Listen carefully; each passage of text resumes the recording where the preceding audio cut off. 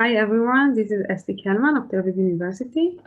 I'm here to present a paper, Theorems of KKL, Friedgut, and Talagrand via random restriction and Log-Sobolev Inequality. This is joint work with Subhash Khot, Guy Kindler, Dor Minzer, and my advisor Muli Safra. Thank you for joining us.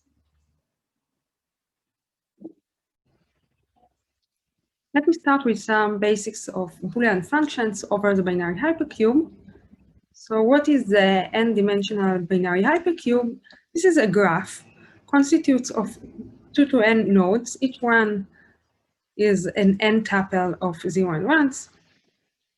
For example, for n equal 3, for every 2 nodes that differ in exactly 1 coordinate, we have an edge between them.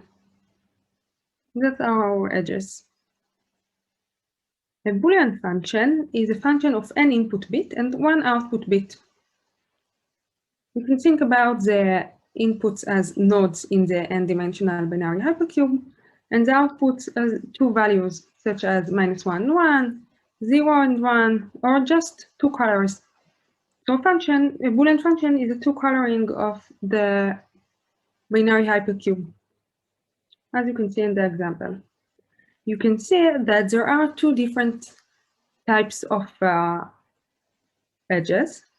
There are the monochromatic edges and the others, which are called sensitive edges, because they are sensitive to the value of the function.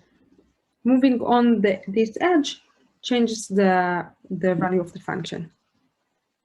We can restrict our view to some specific direction, let's say direction I, and ask how many edges in this direction are sensitive. And the fraction of those edges called the influence of the bit I, of the variable I. And formally, this is the probability of uniformly random input that flipping the ith variable changes the output. When we have the influence of all the input bits, we can sum up all of them together to get the total influence. You see that the total influence actually takes into account all the sensitive edges in all directions, and therefore it's equal to the number of sensitive edges in the entire cube, normalized by 2 to the n minus 1. That's why it's also called the average sensitivity. And later we'll see that it's also the average degree. A key question in the area of Boolean functions asks, what can we say about the structure of functions? Let's say if we know something about the total influence or about the influences. Some classic results related to this, such as KKL and others, let us see them. The KKL theorem from 88 said that every Boolean function has a non-trivial influence for some variable. There is at least one variable with significant individual influence. What stands behind this theorem is that there is a variable which its influence is at least 2 to minus the total influence. This means that as long as the total influence is small, there is a variable with large individual influence. Friedgut from the theorem said that every Boolean function essentially depends on 2 to the total influence many variables. And what stands behind this is generalizations of the KKL. It says that most of the weight of the function is on variables for which their individual influence is at least 2 to minus the total influence. So the KKL said that there is at least one variable such like that, and we could say that most of the weight is on variables of this type. Another classic results related to this is the Talagrand inequality.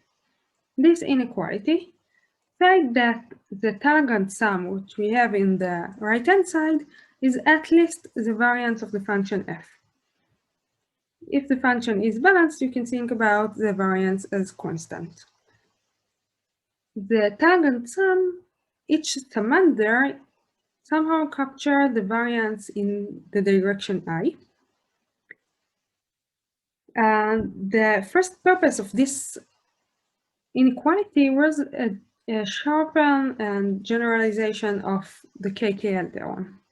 And later it became a central tool in theoretical computer science. And also it plays a role in probability theory, such as in percolation and random matrices. What's common for all these three theorems? In their original proofs, there is a key technique they all used. This is the hypercontractive inequality. The idea behind the hypercontractive inequality is that applying noise on a function smooths the function, and that's how it reduces norms.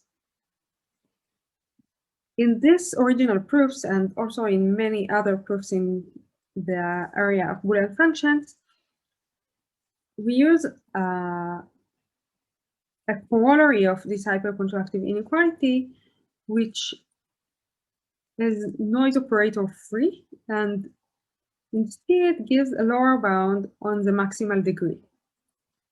Let us see that. For this, we need some more basics of the Boolean functions analysis. So a nice fact about functions over the binary hypercube is that every function has a unique representation, which is called the Fourier representation, as a summation over subset of variables for every subset S, f at S times chi S of x. So chi S is the character function of S, which equals -1 if the number of ones in the set S is odd, and otherwise it's 1. And f at S is a real number, which is called the Fourier coefficient of S. Now we can define the degree of a function intuitively. This is the maximal size of a character, of a set of a character, for which the Fourier coefficient is not 0. The hypercontractivity says that the degree is at least the log of the ratio between two norms, norm 2 and norm 3/2. This 3/2 is flexible. You can choose any constant number between 1 and 2. And this inequality considered somehow a bit mystery. And there have been efforts recently to prove KKL theorems and other theorems without using the hypercontractivity. And there are some works about it, and what we do, we give a new unified approach to all these three theorems to prove the KKL, Friedgut, and Talagrand inequality without using the hypercontractivity. What we do instead, we use Log-Sobolev inequality instead of the hypercontractivity and random restriction in a certain way. In order to analyze functions, you want somehow to simplify them, and therefore it will be easier to analyze them. So doing random restriction makes the function smaller. We take only a subcube of all the cube and restrict our view to it. Sometimes the function there is much simpler. Our mission is to make it as simpler as all the rate is on the first Fourier level, and then we can say this is just a dictatorship. We can't do it exactly like this, and here we need, for example, to use the hypercontractivity, but we don't know exactly what the degree is. We know that we we succeed to take a lot of the Fourier mass and push it to the first Fourier level, but we don't know what the exact degree is. And here, the Log-Sobolev inequality comes to help us. In this talk, we'll not go deeply in it, but let us see some version of it.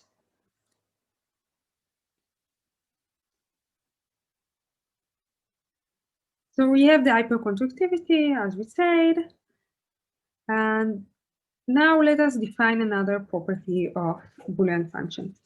We can look at the set of the numbers Fourier coefficient squared, and this is a set of non-negative numbers. You can think about them that they are sum up to 1, and if not, you can normalize it. It's not really change the parameters and the behavior of the function. And now, once we have a bunch of non-negative numbers that sum up to 1, we can look at them as a probability distribution. We call this distribution the Fourier distribution. When we choose every subset of n with probability f at s squared. Now we can intuitively define the average degree to be the average of the character size over according to the Fourier distribution. Some corollary, some version of the Log-Sobolev inequality say that the average degree is at least log the ratio of the norms 2 and 1. This is very similar to the hyperconductivity. You can see that this is a bit stronger since the maximal degree is always larger than the expected degree, and even the right-hand side is always larger in the Log-Sobolev than in the hyperconductivity, even though in the hyperconductivity the 3/2 is not necessarily be this constant. You can choose any constant between 1 and 2, but not exactly 1. What we have in the Log-Sobolev, it's much better than the hyperconductivity, is that we can use the expected degree as an additive parameter. What I mean is that you can take a function, a Boolean function, and take its Fourier representation, for example, partition it to two disjoint sets of characters. Now you can analyze each one of these two functions separately and using their expected degree, and when you combine them together back, you get that the new expected degree is the expectation or the average of those two expected degrees.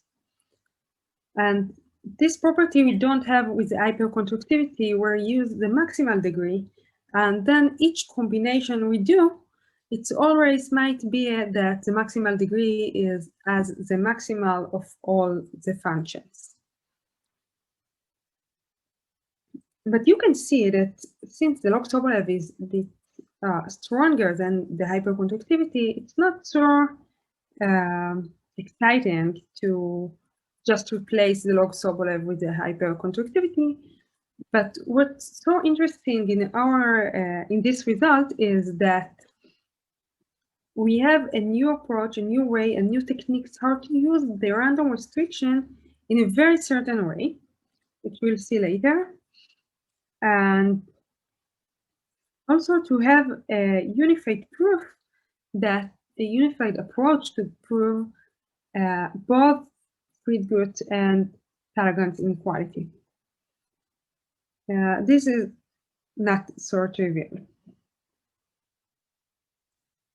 So just to mention, there are other proofs that are hyperconductivity free. For example, we have the Felek and Samordinsky. They used Log-Sobolev inequality. They proved KKL and Friedgut quanta, but their approach doesn't seem to be extendable to prove the Talagrand inequality. Another recent proof by Eldan and Gross, they proved the Talagrand inequality, and also proved some other conjectures with Talagrand, and they used very different method using stochastic calculus and the analysis of jump processes. So after this opening, what are we going to see in this talk? So let us build the random restriction, see exactly how we want to use it. We'll see what version of the Log-Sobolev inequality we use in this talk. I'm going to tell you we're going just to use the edge isoperimetric inequality, which is a simple corollary of the Log-Sobolev. And then we'll see the proof idea of the KKL theorem. And the way we'll do it is to prove the KKL theorem with some simplifying assumptions. And for sure, in the paper, you can see how to get rid of these assumptions and how to prove also the Friedgut and Talagrand's inequality. So let us start with random restrictions. So what is random restriction? We have a function with an input variables, input bit, and we want to fix some set of variables, j, to be the alive variables, to stay alive. And we choose this j randomly as each variable would stay alive with probability mu for some mu that we'll choose later. What are you going to do with the rest of variables? We want to fix them. We choose some z to be the assignment, the constant assignment for the rest of the variables, the n minus j.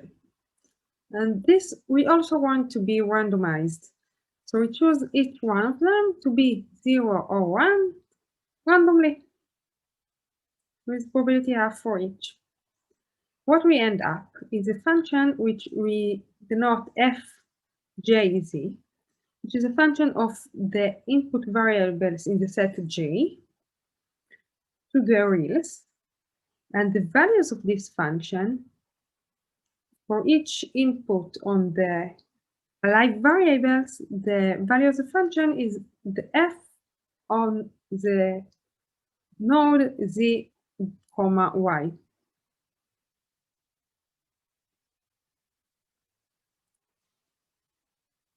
So this is just, we focus in a subcube defined by z. And that's why we hope this will be a simpler function, easier to analyze. So this function is a random function. We can ask some questions about the random behavior of it.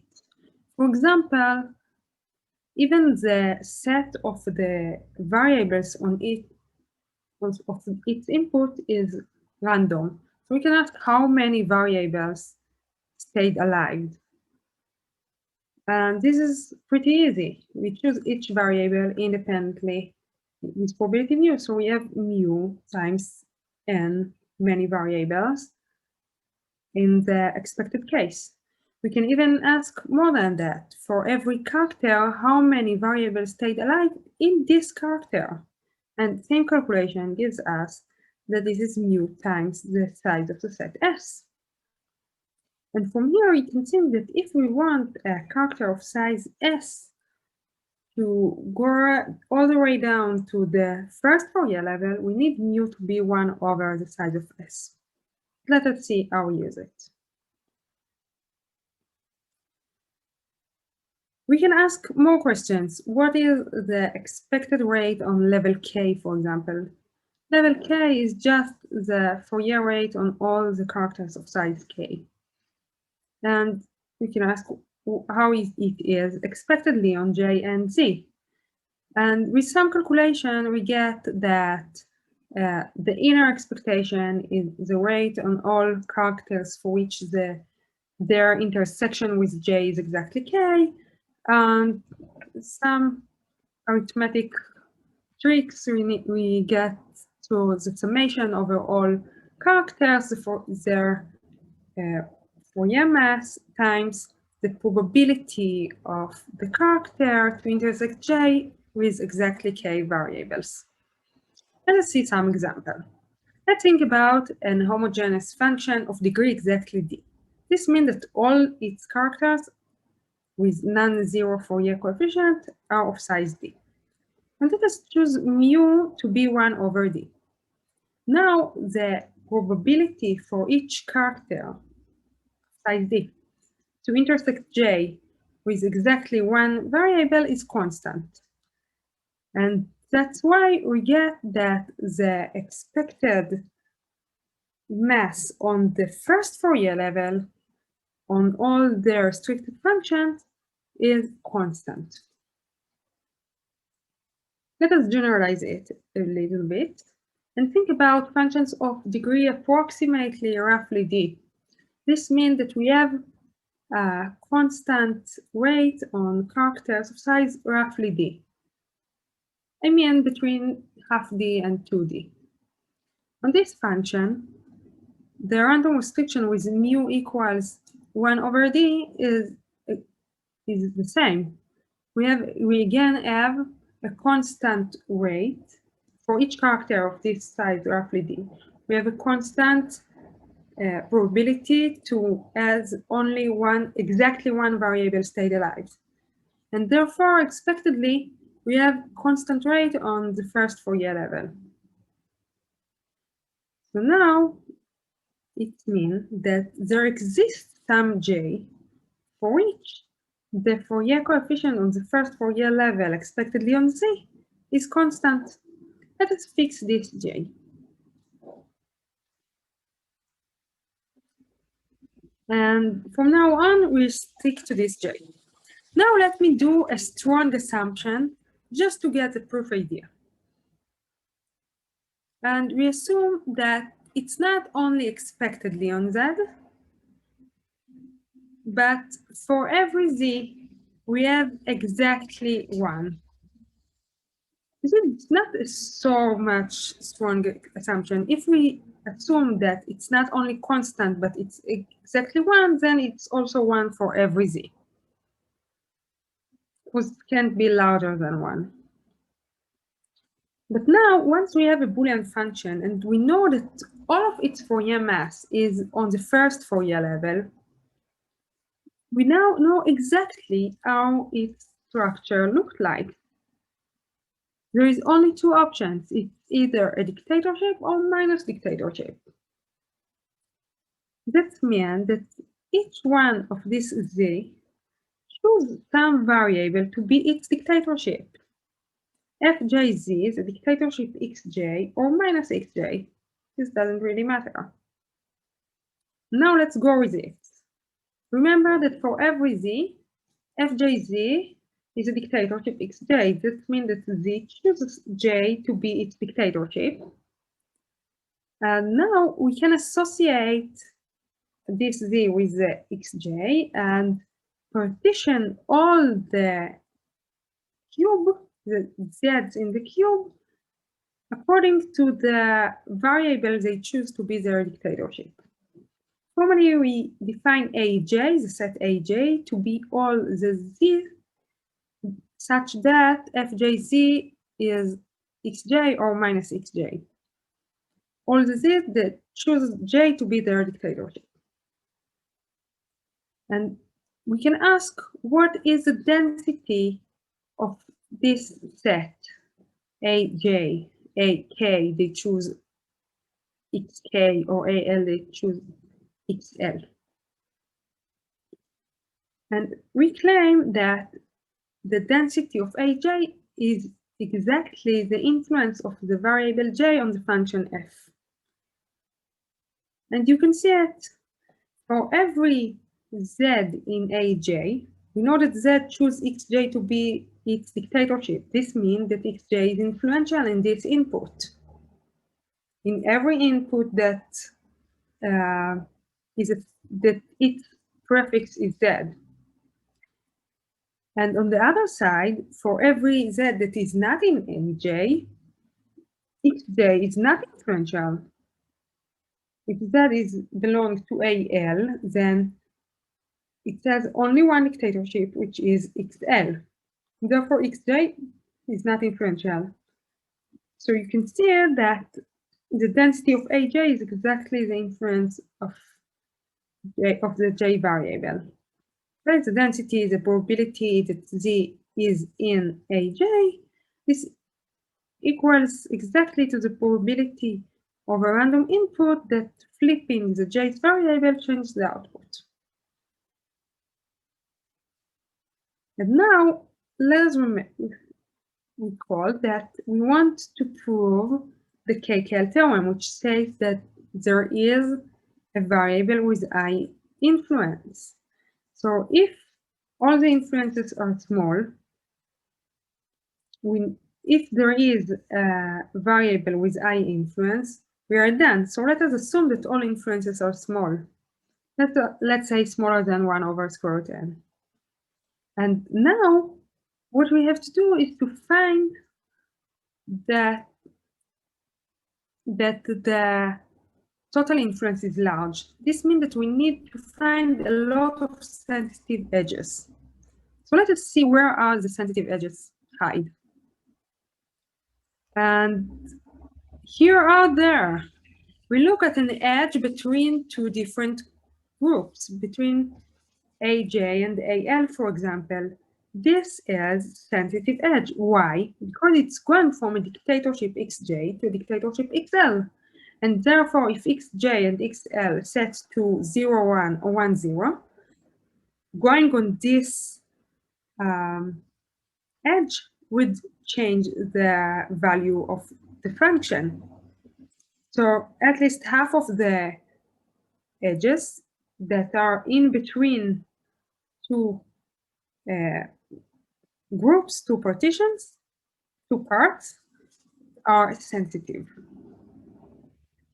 So we want to count them and see that there are many. For this, we need the Log-Sobolev inequality. Let us see what we know about the Log-Sobolev inequality. So there is a definition of something that's called the entropy of the values of f squared. We'll not go into it. I just don't know why it's called entropy, because this is in the information theory called the information left.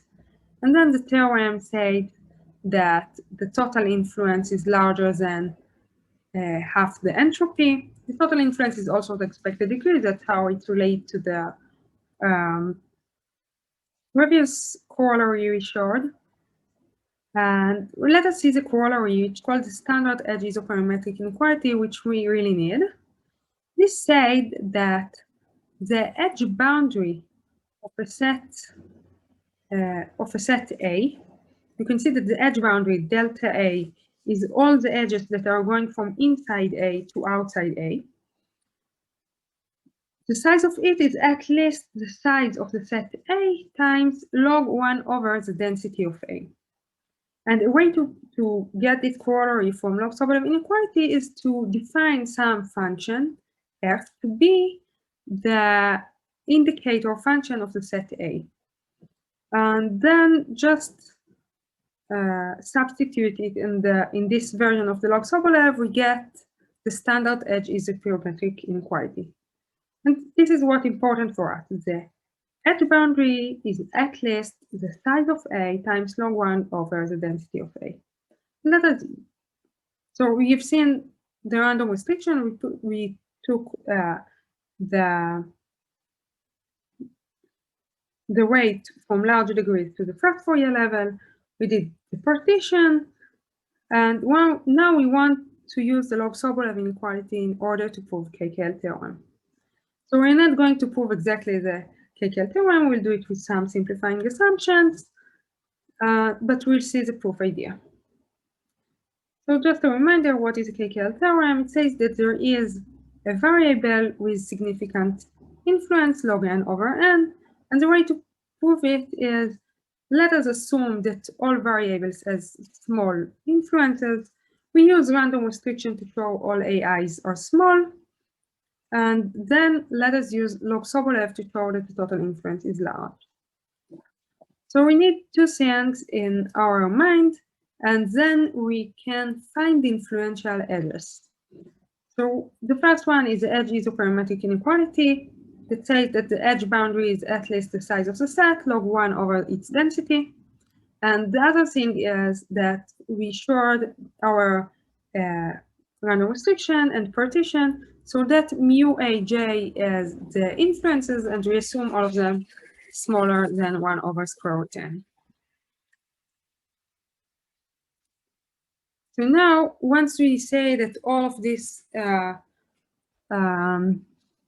sets are small, and we have the edges that are going in between sets, and say that there are sensitive edges, there are influential edges, we see that for every subset, every small set, there is a large edge boundary. How large? The number of edges going from inside to outside it is at least the number of nodes inside times half log n. Okay, we put here in the edge isoperimetry our assumption that mu aj is smaller than 1 over square root n. So I omit here some constants, but that's fine. Now what we have to do just to count all the edges in between is to sum up the edge isoperimetric inequality for all the sets. So we sum up it, and we get that the number of sensitive edges is at least log n times the summation over all sets, which cover all the cube, and therefore this is 2 to the n times log n. Again, here we omit some 2 constant because we count every edge twice. That's fine, just constant 2. Now,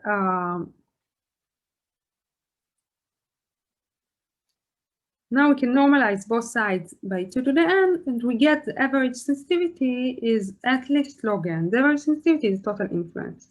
From this, we get that there is some variable which is influence is at least the total influence over n, therefore log n over n, and we are done. So let's see what we have seen. We've seen hyperconductivity free proof for the KKL under some simplifying assumptions.